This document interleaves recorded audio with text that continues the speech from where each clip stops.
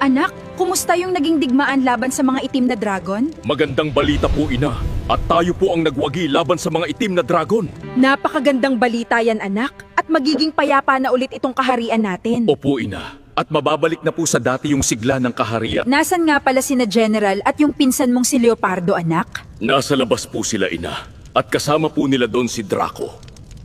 Bukas, magsasagawa tayo ng seremonya para mabigyang parangal ang lahat ng nakipagdigma para madepensaan yung ating kaharian.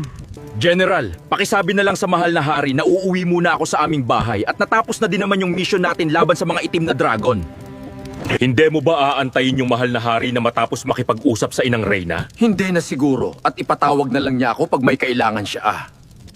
Sige, General, at aalis na ako. Isang karangalan ang makasama ka sa digmaan. Hindi naman siguro masama kung tumikim lang kahit kaunti.